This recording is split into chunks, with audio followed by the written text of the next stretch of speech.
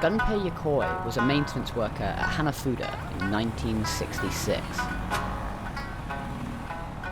The factory was owned by Nintendo, and Nintendo businessmen would tour the factory regularly. One of these businessmen approached Yokoi one day, interested in a toy Yokoi had made just to amuse himself. After using it, the businessman ordered Yokoi to immediately begin making a real, sellable version of the product. And Yokoi did just that. And the businessman, Hiroshi Yamauchi, turned out to be the third president of Nintendo, and the Ultra Hand turned into a huge success. Really the hottest thing this Christmas. Nintendo. Nintendo. Now what's Nintendo, you ask? This marked a turning point for Yokoi. These ones are not just for kids. There are a lot of grown-ups hopelessly hooked as well. He had become an inventor, and he didn't just stop at one product.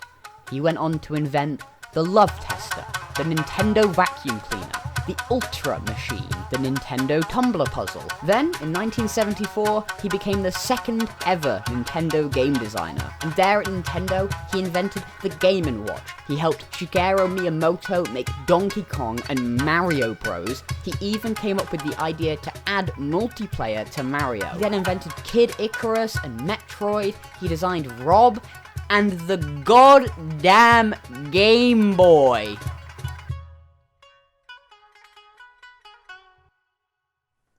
This man is a gaming icon, an unforgettable legend, and by 1989, Yokoi had become an unbridled success story. And in his final year before retirement, he had one final trick up his sleeve.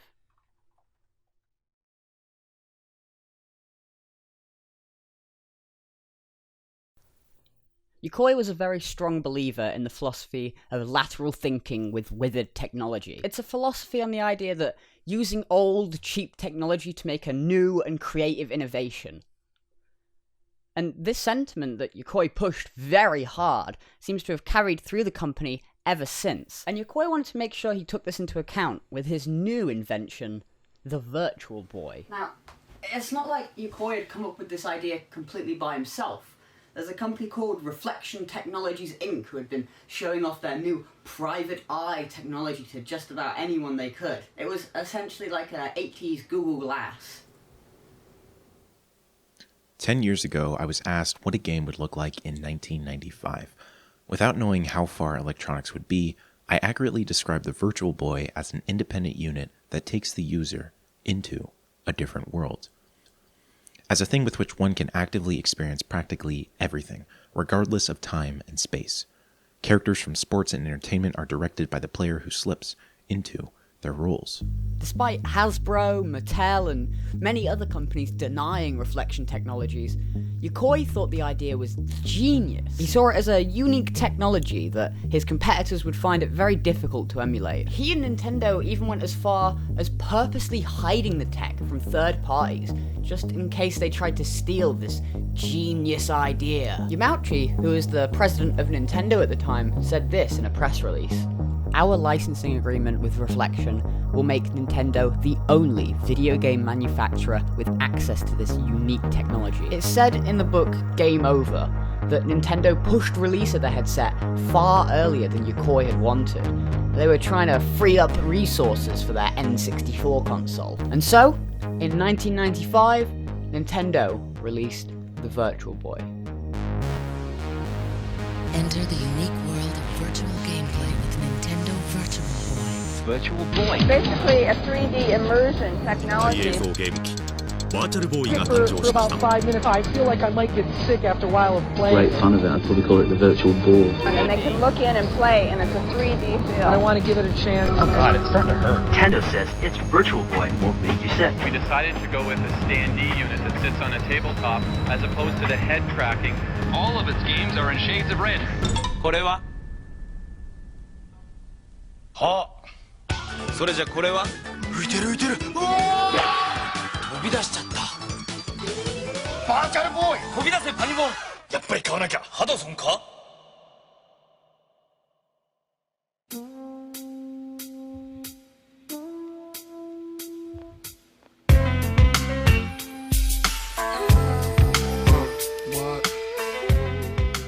It's the middle of August, 1995. Everything seems perfect. The Virtual Boy is coming out. $25 million of marketing. Nintendo have paid NBC to tell you to rent a Virtual Boy from your local Blockbuster. All the stores were stocked up with projected sales of 2.5 million by the end of the year. Everything was about to be money for Yokoi. Until... Oh no. Oh no! Why is it in black and red? Another year passed and they tried to build Hyper E3 and no one cared. So they took it off the market and cancelled all its upcoming games. And here it is.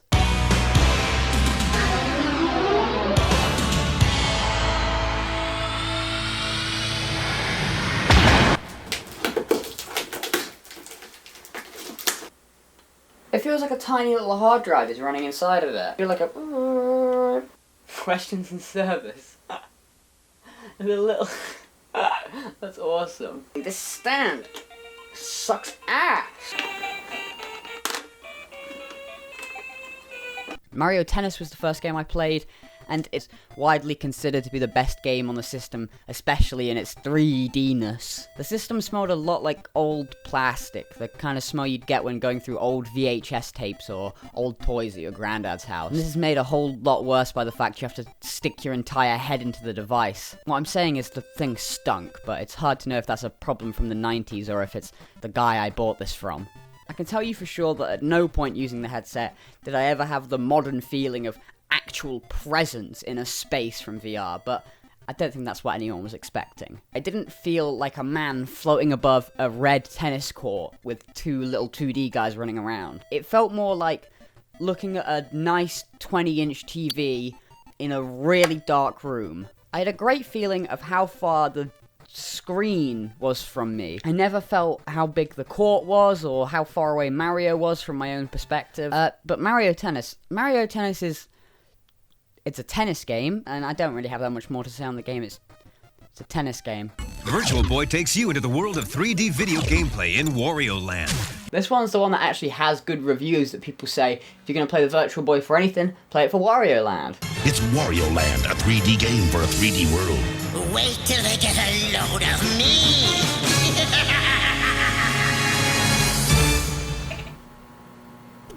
I don't know whether it's the IPD adjustment or what, but I feel really ill. Like, genuinely, I'm not having that much fun anymore. The focus all the way back, and I changed the IPD. Maybe I'll just sit back from it as well. Wario Land is a pretty damn cool game. It's probably the only game on there that's worth emulating. It's a classic Nintendo platformer. You run to the right, go in pipes, water level, the whole shebang. Do you mind, bro? They try and make some of the enemies have an exciting 3D effect, but it just goes to show how useless the 3D was on the Virtual Boy. This thing just looks like a normal enemy. I never got the crazy, it's coming out of the screen! Thing is, this thing works best when you kind of play it from, like, out here, like a little bit back. And you're more just, like, tricking your brain into thinking there's a really big TV over there. The problem is they've got all this stuff on it, so that you're supposed to go really close up and block out all of the light and only have the Virtual Boy light.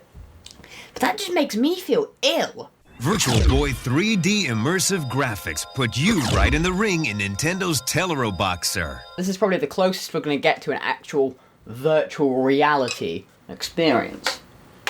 This is the only Virtual Boy game to ever be in first person. Shocking, considering this is considered by most to be a VR headset. And no, I'm not exaggerating there. It's the only game in first person on a VR headset. It's also the only game to use both D-pads on the Virtual Boy controller, and it's also the only game that should be on the Virtual Boy. Every other game just feels like a normal Nintendo game slapped into a headset. This one actually feels like it's meant to be played on the Virtual Boy. It opens with a blueprint, red print of a sort of VR headset demonstrating a punch. Then it shows us this guy with a similar helmet on who we are able to move. Oh, that's me! This eventually reveals that he's controlling a huge robot and you control him, so you control the robot. It's great setup for telling us, hey, you're in a VR headset and you control a big robot guy. I played this one assuming it was the later released 3D Tetris, an interesting 3D spin on the original Tetris style that puts this 3D effect on a Virtual Boy to good use. Have I said 3D enough? But no, this one is just normal Tetris. Next up is V-Tetris. What the fuck am I looking at? What is that? Damn, they got some fucking bangers on this track. Listen to this for an OST.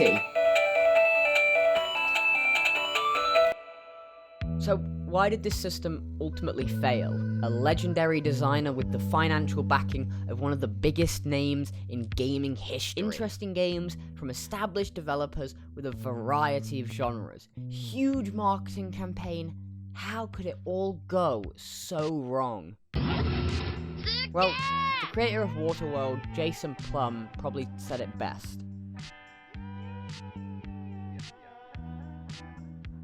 This is long before the days of playing COD 4 for 8 hours to prestige, and your friends actually complimenting you on it when you went into school the next day. Spending 8 hours playing video games was considered sad in the early 90s. Games were still seen as a nerdy, lame pastime that only antisocial dweebs would play. You never saw Ferris Bueller or Marty McFly playing Punch-Out!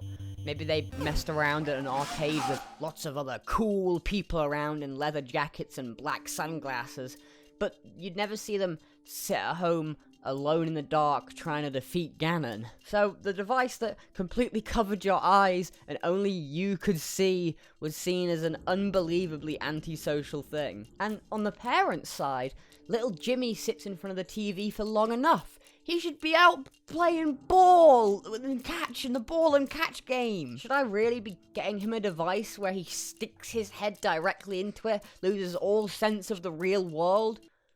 No. The old wives' tale of, you're sitting too close to the TV, your eyes will go square, plays really well here considering you're about a DS cartridge away from your screen. And so just like that, we've weaned out about 90% of the population, and all that's left is your classic nerd types. But even they hated this thing. Color games had already become the norm, and the Virtual Boy's black and red display was seen as a huge step down. Despite the Virtual Boy having a legendary 32-bit processor, it still had to create 2 outputs at once. See, VR requires you to see 2 images at the same time to recreate that sort of 3D effect that your brain already does with the real world. So, for double the screen, you need double the performance. So even though this was a 32-bit system, the graphics and performance weren't very impressive. If you want a real-life example, I was reading a little piece on the Virtual Boy before it came out, and right underneath are these photos of Greystone Technology VR. This is what people thought VR would look like. Bright colors with large environments and realistic models. Now, compare this with Red Alarm. Yeah.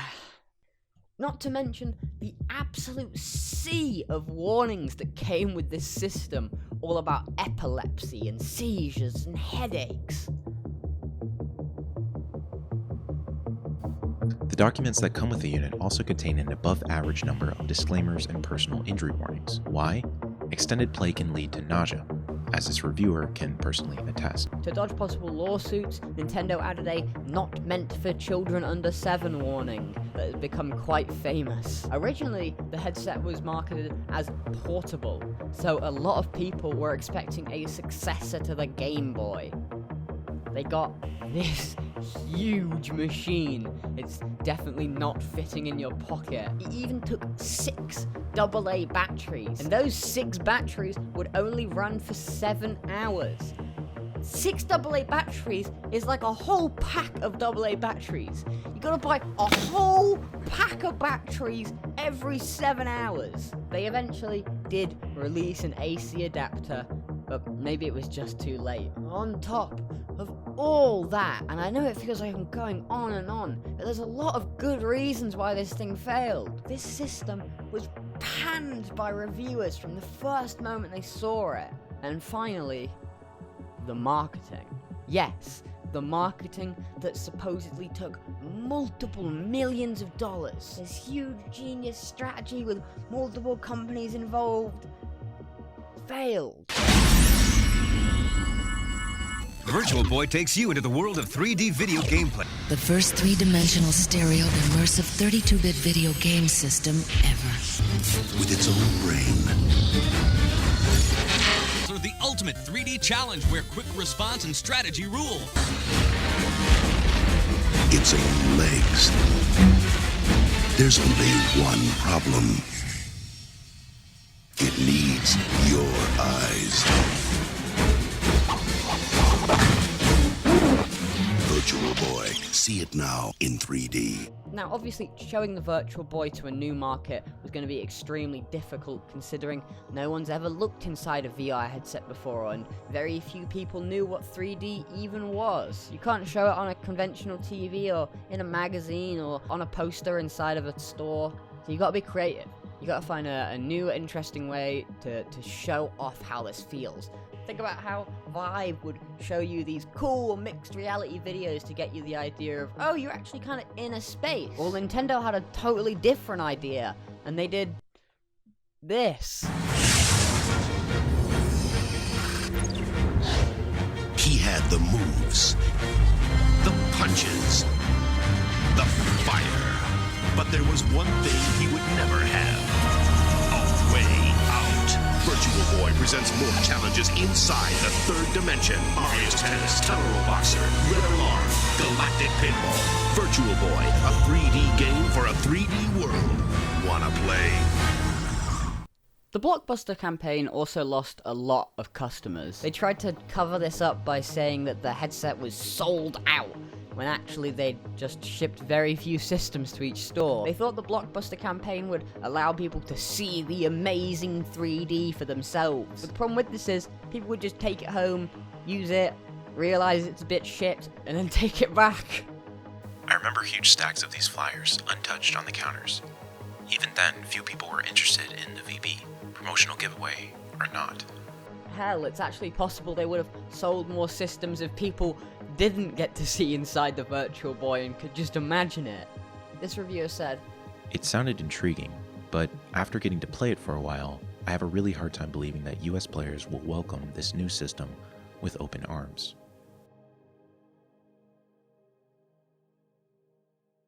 Once the dust had settled and a lack of sales had set in, Nintendo pulled the Virtual Boy off the market and cancelled all its upcoming games for 1996. And in the same year, Gunpei Yokoi left Nintendo. Nintendo tried to say it had nothing to do with the Virtual Boy, while Yokoi opened his own company, Koto, who worked on the Bandai WonderSwan.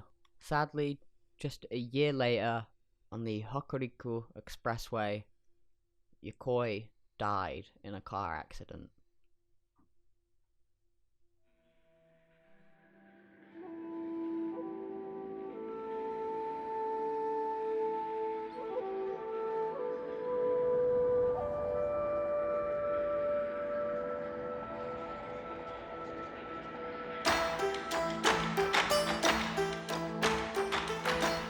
Hey, I know that ending was real sad, but it's how the story ends. I hope we can all appreciate the amazing work of Gunpei Yokoi, from his huge successes to some of his failures. And we also have to praise and remember him as a true early innovator of VR. Before anyone thought it could be a huge thing, he really did believe in it. I want to thank Jack from Disrupt for doing a couple of the voices in this video. He's got a great channel and he's really nice to me, so go check him out.